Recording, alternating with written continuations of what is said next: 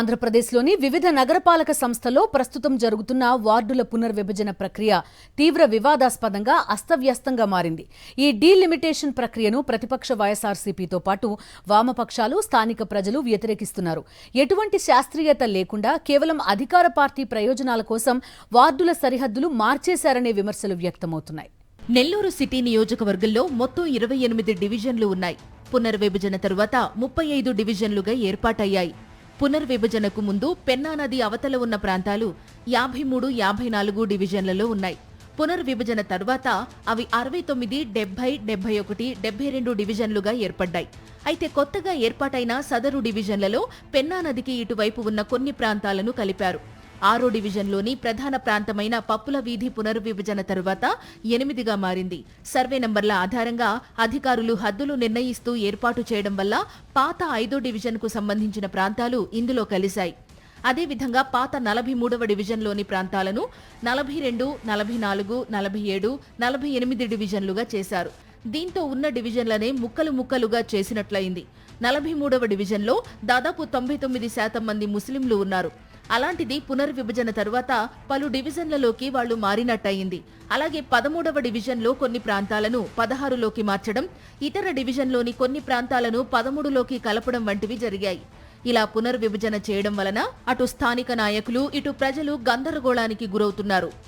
ఈరోజు 3 డివిజన్లను క్లస్టర్గా పెట్టి 18 క్లస్టర్లు చేసి ఆ 18 క్లస్టర్లో ఒక్కొక్క దానికి ఒక్కొక్కటి యాడ్ చేయాలా? ఏదన్నా గతంలో ఏదన్నా పొరపాట్లు జరిగి జనాభా ప్రాతిపదికలో ఏదన్నా తేడాలు ఉంటే వాటిని చేయాలా? ఈరోజు ఒక పక్క జరుగుతూ ఉంటే, ఒక పక్క కొలగణన జరుగుతుంటే, ఒక పక్క జనాభా లెక్కలన్నీ పూర్తి అయ్యేటువంటి పరిస్థితుల్లో మీరు ఎందుకు ఇంత ఆదుర్దాగా దీనికి సంబంధించినటువంటి డీలిమిటేషన్ ప్రక్రియ పూర్తి చేశారు అని అంటే, అవన్నీ వచ్చిన తర్వాత మిమ్మల్ని తప్పుపడతారు కాబట్టి, మీరు దాని ప్రకారం చేయాలంటే మీకు ఇబ్బందులు ఉన్నాయి కాబట్టి ఏదో ఒక విధంగా ఈరోజు చేసి కూర్చోవడం జరిగింది. ఈరోజు పెన్నా నదికి అవతల కొంత, యువతల కొంత, వాళ్ళంటే ఎగిరి రావాలా, దాటి రావాలా, లేకపోతే హైవే తిరిగి రావాలన్నా, ఏదైనా సమస్య వస్తే చెప్పుకోవాలంటే ఏ విధంగా రావాలా? జాతీయ రహదారికి అవతల పక్క కొంత, జాతీయ రహదారికి అవతల పక్క కొంత, ప్రతి దగ్గర ఉన్న ఫ్లైఓవర్ కడతావా? ఇప్పుడు చెట్లు నాటినట్ట చల్లంగా ఉండాలని చెప్పి చెట్లు నాటి కుమ్మేసినట్టు రేపు ఏదైనా ఫ్లైఓవర్. రానున్న కార్పొరేషన్ ఎన్నికల్ని దృష్టిలో పెట్టుకుని ప్రస్తుతం ఉన్న 54 డివిజన్లను 72కు పెంచాలని, అది కూడా 2011 జనాభా ప్రాతిపదికన చేపట్టాలని ప్రభుత్వం సూచించింది. దీంతో కార్పొరేషన్ అధికారులు ప్రభుత్వాదేశాల మేరకు విభజన ప్రక్రియ చేపట్టారు. అయితే ఒక పద్ధతి ప్రకారం కాకుండా కేవలం జనాభా ప్రాతిపదికన సర్వే నంబర్ల ఆధారంగా డివిజన్ల సంఖ్య పెరిగేలా చేశారు. పునర్విభజనలో భౌగోళిక పరిస్థితులు, ప్రజా సౌకర్యాలను గాలికొదిలేసి కేవలం డివిజన్లను ముక్కలు చేశారు. పెన్నా నదికి అటువైపు కొంత, ఇటువైపు కొంత భాగాన్ని కలిపి డివిజన్గా ఏర్పాటు చేయడం, అలాగే జాతీయ రహదారికి అటువైపున్న ప్రాంతాన్ని ఇటువైపు ప్రాంతంలో కలిపి డివిజన్ ఏర్పాటు చేయడం వల్ల ఎన్ని ఇబ్బందులు పడాల్సి వస్తుందోనని ప్రజలు ఆగ్రహం వ్యక్తం చేస్తున్నారు.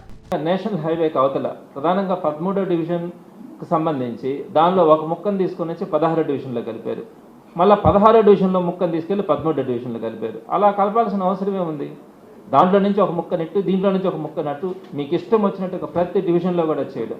స్వయంగా రాష్ట్ర మున్సిపల్ శాఖ మంత్రి నారాయణ ప్రాతినిధ్యం వహిస్తున్న నియోజకవర్గంలోనే డివిజన్లు విభజన ఇంత దారుణంగా ఉంది. తమ రాజకీయ ప్రయోజనాల కోసమే అధికార పార్టీ నేతలు నెల్లూరు నగరాన్ని ఇలా ముక్కలు చెక్కలు చేశారనే విమర్శలు వినిపిస్తున్నాయి. మరిన్ని అప్డేట్స్ కోసం ఛానల్ను సబ్స్క్రైబ్ చేయండి. నోటిఫికేషన్స్ కోసం బెల్ ఐకాన్ పై క్లిక్ చేయండి.